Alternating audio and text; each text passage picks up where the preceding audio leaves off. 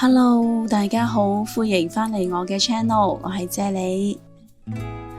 淮山佢含有大量嘅蛋白質同埋維他命 B 啦，佢唔單止可以滋養皮膚，促進新陳代謝，而且咧佢仲有健脾益氣、化痰止瀉嘅功效嘅。對於秋冬季節乾燥天氣引致嘅喉嚨乾燥、腸胃不適、皮膚乾痕，都有好好嘅食療同埋修復作用嘅。你哋今日好嗎？留言話我知，你又鍾唔鍾意食淮山呢？祝你有開心愉快嘅一日。另外，淮山對於腎臟亦都有好好嘅保護作用嘅，對於尿急、尿頻、夜尿都有一定嘅輔助治療功效㗎。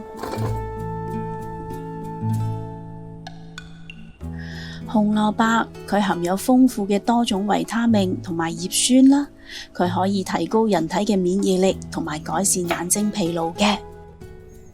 若果你對我嘅食譜有任何疑問嘅話，請你將個問題寫低喺下邊評論區嗰度啊，我係非常之咁樂意同大家一齊討論㗎。30個 gram 左右嘅薑片啦，令到個湯不寒不燥嘅。五子毛桃佢有舒筋活絡、健脾益肺、抗病毒、消炎嘅作用嘅，對於風濕痹痛、脾虛浮腫都有好好嘅治療功效㗎喎。栗子佢有滋陰補腎嘅功效啦，對於腎虛引致嘅腰酸背痛、四肢無力都有好好嘅輔助治療功效㗎喎。紅腰豆啦，佢有養陰通淋、化濕利水嘅功效啦。另外咧，佢仲有降低膽固醇同埋控制血糖嘅作用添噃。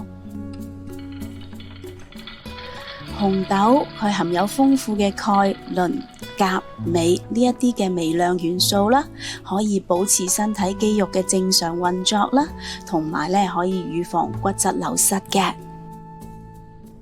腰果佢含有大量嘅不飽和脂肪酸啦，可以降低血液嘅黏度同埋軟化血管嘅。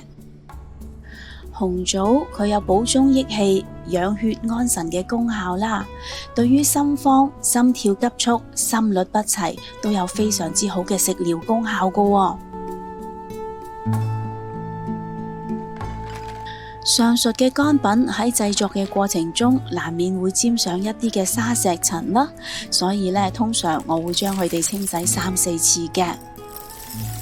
同埋我會將呢一個食譜嘅所有食材用料 list 咗喺呢一條影片嘅最後啦。如果各位有興趣煲呢一個湯水嘅話，請你將影片睇到最後就可以一目了然噶啦。今日我係用明火嚟煲湯啦，所以咧我會加入3至3.5 litre左右嘅清水落個湯煲度啦。因為我想所有食材嘅藥性同埋營養都可以溶解入啲湯水度，所以我會選擇用凍水開始煲湯嘅。用個大火將個湯煲滾咗佢先，大概需時15分鐘左右啦。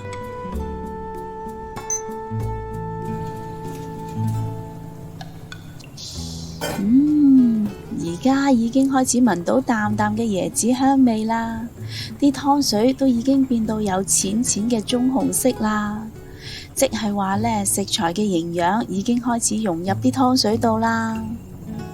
呢個時候我會轉用個細火啦，將個湯煲多去90分鐘嘅。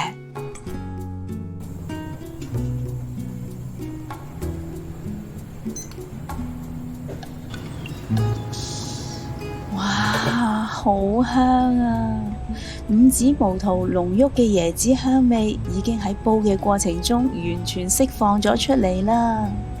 一打開個煲蓋就即刻撲鼻而嚟，呢個香味真係會令人精神為之一振㗎。